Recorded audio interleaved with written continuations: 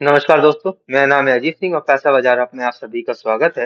आज हम बात करने वाले हैं कुछ स्टॉक्स के बारे में। हो सकता है वो स्टॉक आपकी वॉच लिस्ट में हो, तो प्लीज इस वीडियो में लास्ट तक बने रहिएगा। हमारी सीरीज का नाम है टॉप स्टॉक्स टू वॉच। सबसे पहले हम बात करते हैं रेलवे सेक्टर बूस्ट के ऊपर। गवर्नमेंट ने अप्रूव किया 18,559 करोड़ का मल्टी ट्रैकिंग प्रोजेक्ट, जो कि 4 स्टेट्स में होगा। ये इंडिया का first under water road cum rail tunnel होगी। असम में अप्रूव्ड हुआ है ये। इसका अमाउंट होगा प्रोजेक्ट का 18,662 का। और स्ट्रॉन्ग ऑर्डर की पाइपलाइन है आरबीएनएल के लिए भविष्य में, इरकॉन इंटरनेशनल के लिए। आईआरएफसी को भी फायदा होगा जो प्रोजेक्ट में फाइनेंसिंग होगी उसका। तो ओवरऑल बात करें, रेलवे सेक्टर का आउटलुक मजबूत नजर आ रहा है इस फाइनेंशियल ईयर के लिए। हम बात करेंगे new RBI broker funding rule के बारे में। तो क्या चैलेंज आ गए हैं? पहले, सॉरी, अब प्रेजेंट में हुआ ये 100% कोलेट्रल चाहिए होगा ब्रोकर्स को फंडिंग के लिए, जो कि पहले पार्शियल था। अब कोई बैंक फंडिंग नहीं करेगी ट्रेडिंग ब्रोकर, मतलब ट्रेडिंग ब्रोकर्स के लिए। उन्हें मार्जिन देने के लिए 100% कोलेट्रल चाहिए। तो स्ट्रक्चर में टाइटनेस आ गई है। मिनिमम 25% कैश चाहिए कोलेट्रल में, 40% हेयर कट रहेगा इक्विटी कोलेट्रल में। Broker must pledge higher capital for same credit limit के लिए। मतलब जो 100 रुपए लेने के लिए पहले इन लोग 50 रुपए देने पड़ते थे, अब उन्हें 100 रुपए ही देने पड़ेंगे या फिर गिरवी रखना पड़ेगा। समझ सकते हैं आप। मार्केट पे इम्पैक्ट क्या होगा? Reduce broker liquidity. अब ब्रोकर्स की लिक्विडिटी है वो कम हो गई है, तो लोअर ट्रेडिंग वॉल्यूम आएगा, स्पेशली एफएनओ में। शॉर्ट टर्म में लिक्विडिटी क्रंच रहेगा, लोअर सिस्टमेटिक रिस्क होगा लॉन्ग टर्म में। रिटेल इन्वेस्टर को क्या फेस करना पड़ेगा? Higher MTF interest rate, lower intraday leverage. अब जब ट्रेडिंग वॉल्यूम ही कम होगा तो कहाँ होता है? एनएससी और बीएससी पे। लिस्ट कौन सा स्टॉक है? बीएससी, बॉम्बे स्टॉक है, तो उसपे हमें थोड़ा दबाव नजर में आ रहा है। लेकिन इस चीज से फायदा हो, जब किसी किसी चीज को जब नुकसान होता है किसी भी स्टॉक को या कंपनी को, तो किसी चीज को फायदा होता है, तो इसको समझ लेते हैं।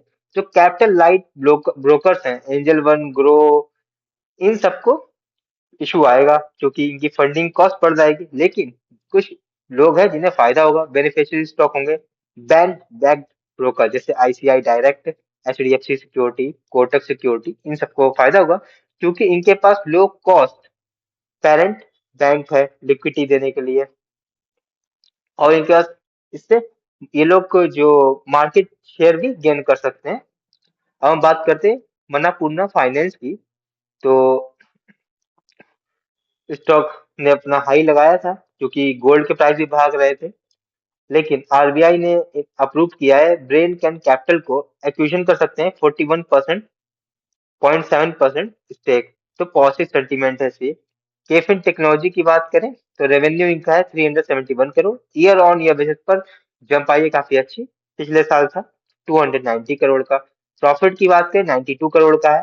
तो इसमें केवल 2.5% की ग्रोथ हुई है क्योंकि इनको एक एक्सपेशनल लॉस हुआ था।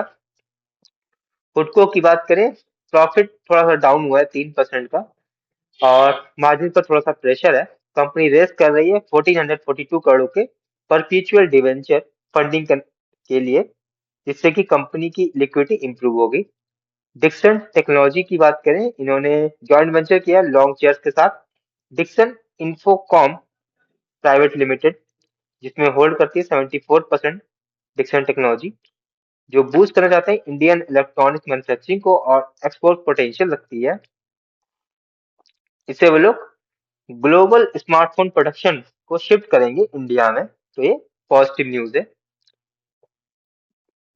बात करते हैं टाटा पावर के ऊपर। तो रेवेन्यू में 9% की डाउन आई है। प्रॉफिट एलएलई भी गिरा है और क्वार्टर ऑन क्वार्टर बेसिस पे भी गिरा है। कैपेक्स प्लान की बात करें 25,000 करोड़ रुपए इन्वेस्ट करेंगे 2026 में। 1.46 लाख करोड़ रुपए इन्वेस्ट करेंगे 2030 तक की। और रिन्यूएबल टारगेट इनका है 20 गीगावाट कैपेसिटी का। इसमें से 70% ग्रीन एनर्जी मिक्सअप होगा 2030 के लिए इनके टारगेट में। एचएल की बात करें तो स्ट्रॉन्ग क्वार्टर थ्री के नंबर थे। नेट प्रॉफिट था 1867 करोड़ का, जिसमें 30% की ईयर ऑन ईयर बेसिस पर ग्रोथ हुई थी। रेवेन्यू एस्टिमेट के ऊपर था। इंटीम डिविडेंड की बात करें 35 रुपीज पर शेयर का है। रिकॉर्ड डेट 18 फरवरी है। एक कंपनी को नया ऑर्डर मिला है 2312 करोड़ रुपए का। डॉर्नियर 228 एयरक्राफ्ट का ऑर्डर है कोस्टल गार्ड से। अब बात करते हैं एसजेवीएन की। तो अच्छा रिकॉर्ड तोड़ प्रॉफिट हुआ है और फास्ट प्रोजेक्ट एग्जीक्यूशन की कंपनी ने। इंटीम डिविडेंड अनाउंस किया है 1.15 रुपीज पर शेयर का। रिकॉर्ड डेट है 20 फेब का। पॉजिटिव आउटलुक है कंपनी का, क्योंकि हाइड्रो और रिन्यूएबल सेगमेंट में कंपनी अच्छा एक्सपेंशन कर रही है। तो ये वीडियो हमारी सिर्फ और सिर्फ एजुकेशनल पर्पज से थी। कोई भी बाय सेल की रिकमेंडेशन नहीं है।